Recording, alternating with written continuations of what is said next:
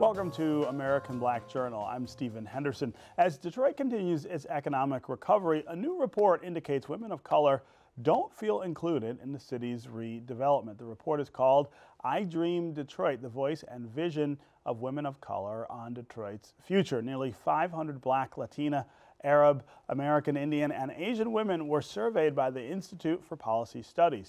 71% say they feel left out of the city's ongoing revival, despite contributing as taxpayers, as business owners, and as community leaders. Joining me now is Ed Egnatios from the Kellogg Foundation, which funded the project, along with two women profiled in the report, Reverend Roslyn Bouier from the Brightmoor Connection Client Choice Food Pantry, and activist Monica Lewis-Patrick from We the People of Detroit. Welcome to American Black Journal. Thank you. Thank you. Yeah, so Ed, I think this is something that if you live in downtown Detroit as I do, or work in downtown Detroit as I do, it's sort of obvious, right? There is a change in the way that Detroit looks and feels, and some of that is I guess, good.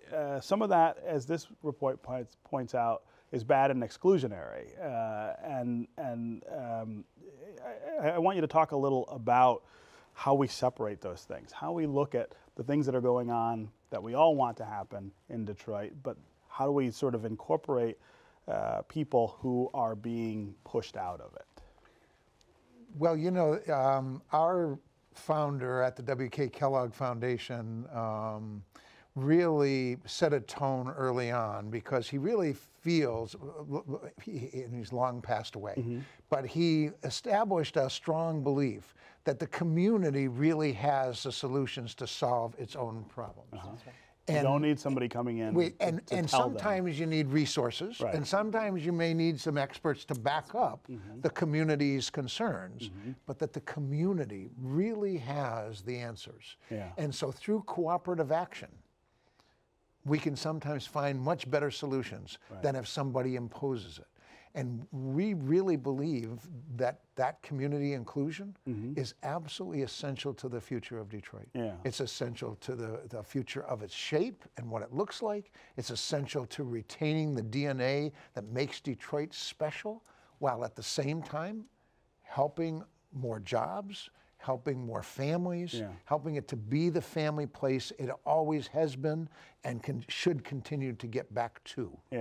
And so we believe that community inclusion is essential. Well, one of the things that I thought was really interesting about this report is that you've got 71% of these women saying they don't feel like they're participants, but they are taxpayers, they're business owners. So it's really a question of leadership and direction as much as it is participation, I guess, is what I took away from that. Is that right? Well, I think it actually, and the story is with these two wonderful women, not the story, but I really believe that it is to make sure that women of color in Detroit that make up such a mass majority of the key players have been left out. They simply left out of the decision they've been left out of the tables where the decisions are being made. And so inviting them to the table, supporting and nurturing them as they lift that voice, and then making sure they are co-owners of Detroit of the future, that's really the key behind this work. So what does that look like then from your perspective out in Brightmoor? Well, I am the director of a food bank. And the families that come visit us they're workers, they're students, they are dreamers, they have visions, and their voices have been silenced. And so what it looks like for me, for those who I speak for, because I can't presume to speak for everybody. I can only speak for the clients that I take care of and that are coming to the pantry on a daily basis. They just want to be heard. They want to be a part of the revitalization of Detroit. To be that, you have to give them an opportunity to sit at the table. Their voices have to be heard, but more importantly than giving them opportunity to sit at the table, you have to honor the fact that they are worthy to be there. You know, there's a narrative that's always going around that women and folks in Detroit, they're not working, they're not interested in working, they brought them themselves. nobody intended on being in the food pantry. Right. That was not on anybody's trajectory. Nobody planned on being in the food pantry. The ones who lost their pensions, the pensions that were stolen from them. That's right. Those are the people that come to the food pantry. Right, right. Those are the grandparents that are raising kids with no pension any longer. Folks who are battling to keep their homes, and they're losing their homes because of the gentrification downtown. So now they've run out of space downtown, so now we need to move into community. And so there's land grabbing going on. We see those who can't get livable wage jobs because, remember, a food pantry is only a symptom of the illness. It's a symptom, right? No, the that's illness is non-livable wage jobs. And it's not, what that report shows you, is not because people are not adequately prepared. It's not because our families don't know how to do the work. It's not because they're not educated. It's simply because they're not included at the table. Yeah. Is that similar to the way that you're seeing it? Oh, definitely how I'm seeing it. I would totally agree with Reverend Roz as well as Mr. Ignatius, is that what we see is our work is centered around assisting families whose water has been shut off. And what we see over and over again is there's these intersections of these systemic issues around. You have over 100,000 households that have been illegally captured in the tax foreclosure.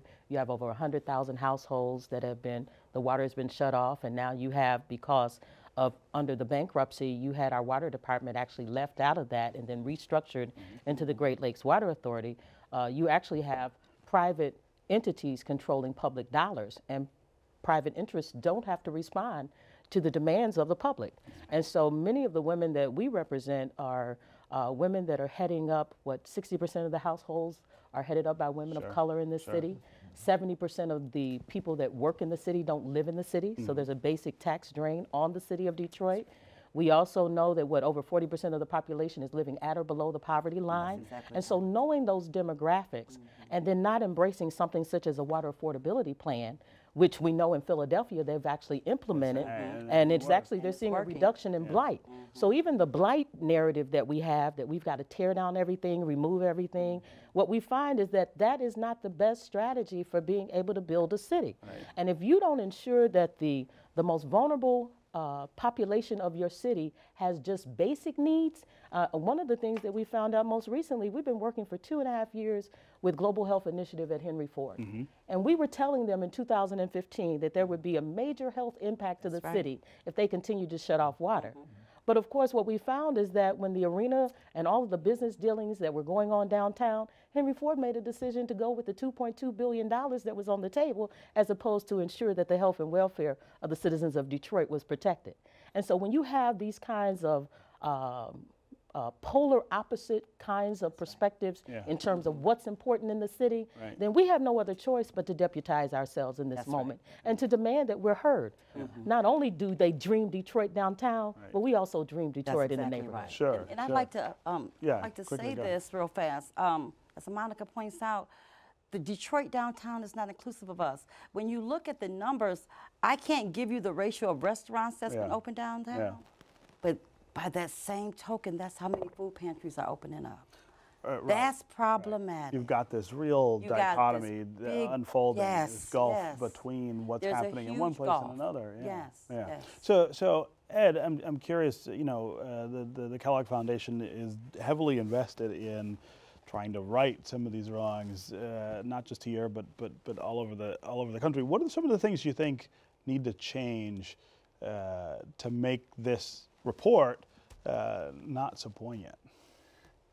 When this report was announced, and they had a community luncheon that featured many of the women whose profiles are in the report, what was amazing in the room was the talent and the leadership and the strength of our women in Detroit. I mean, they're just fascinating.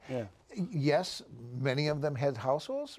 Yes, there are many that you know, there are men and women that have children, but there are also grandparents that are raising children. So we as a foundation are interested in all children thriving. In order to have all children thriving, we have to make family life possible and stronger, and mostly family economics stronger. It means we have to have jobs that are quality living wage jobs.